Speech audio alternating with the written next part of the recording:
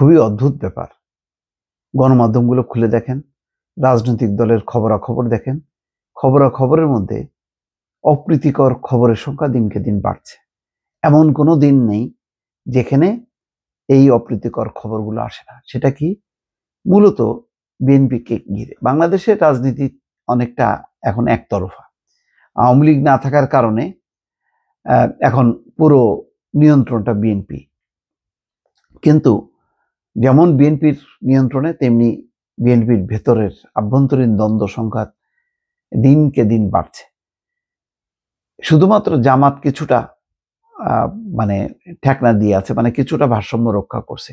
কিন্তু আসলে যেমন আওয়ামী লীগ আমলে শুধু আওয়ামী লীগময় ছিল, এখন আস্তে আস্তে বিএনপি ময় হয়ে যাচ্ছে। মাঝে মধ্যে ছবল দিচ্ছে জামাত এবং ছাত্রদের যে নতুন দল, তারা হয়তো সময়ের ব্যবধানে এই ভারসাম্যের জায়গাটা আরো বাড়বে।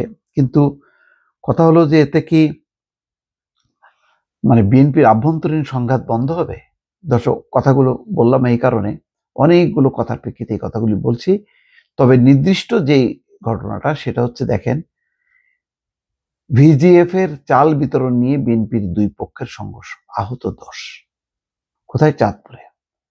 ওই যে কিছু কিছু বলি না যে কয়েকটা জায়গা ভয়ঙ্কর রূপ ধারণ করতেছে আস্তে আস্তে। চাঁদপুর সদর উপজেলায় সামাজিক নিরাপত্তা কর্মসূচি চাল বিতরণ, অর্থাৎ ভিজিএফ এর চাল বিতরণকে কেন্দ্র করে বিএনপির দুই পক্ষের মধ্যে সংঘর্ষ হয়েছে। এতে অন্তত 10 জন আহত হয়েছে। সোমবার দুপুরে উপজেলার লক্ষ্মীপুর মডেল ইউনিয়ন পরিষদ কমপ্লেক্সে এই ঘটনা ঘটে। সরকারি নিষেধাজ্ঞা মেনে জাটকা ধরা থেকে বিরত থাকায় লক্ষ্মীপুর মডেল ইউনিয়নের জেলেদের মধ্যে এই চাল বিতরণের কথা ছিল। যেখানে জেলেদের মধ্যে চাল বিতরণ হবে, সেখানে বিএনপি কোথা থেকে আসলো বুঝলাম না। আহত ব্যক্তিরা হলেন বাহরিয়া এলাকার আক্কাস খান, সুফিয়ান, আফজাল, এরকম তারা আহত হয়েছে।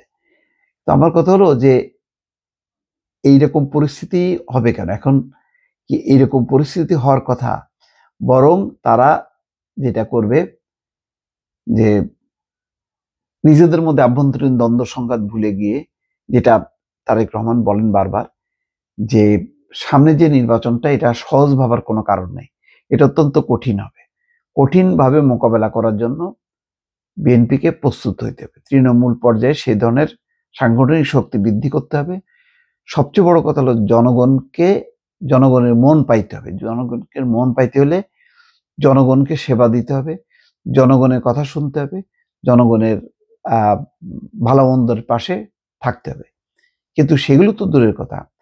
এখন তারা তাদের নেতৃত্ব প্রতিষ্ঠা করার জন্য এত বেশি সংঘাতে লিপ্ত হয়েছে যে চাঁদপুর থেকে শুরু করে খুলনা, ওইদিকে সিলেট, ওইদিকে বরিশাল, ওইদিকে ঝালকাঠি, আর চট্টগ্রামের রাউজান, ফটিকছড়ি, বাবুর, এগুলি তো মানে বলতেই ভয় লাগে। আর নোয়াখালীর বিস্তৃত অঞ্চল জুড়ে চলছেই প্রতিদিন।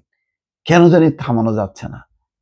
কি সমস্যাটা আস্তে আস্তে বুঝতে পারছে যে এইসব করতে করতে যে মানে পিছনে চলে যেতে হবে, তখন কি হবে?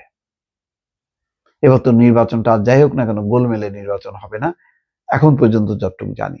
তো সুতরাং কঠিন পরীক্ষা দিতে হবে। মানুষের হাতে কিন্তু একটা ভোট আছে, তার একক হয়তো ক্ষমতা নেই, কিন্তু সম্মিলিতভাবে যখন ওই একটা একটা ভোট পড়তে থাকবে, তখন কিন্তু খবর আছে।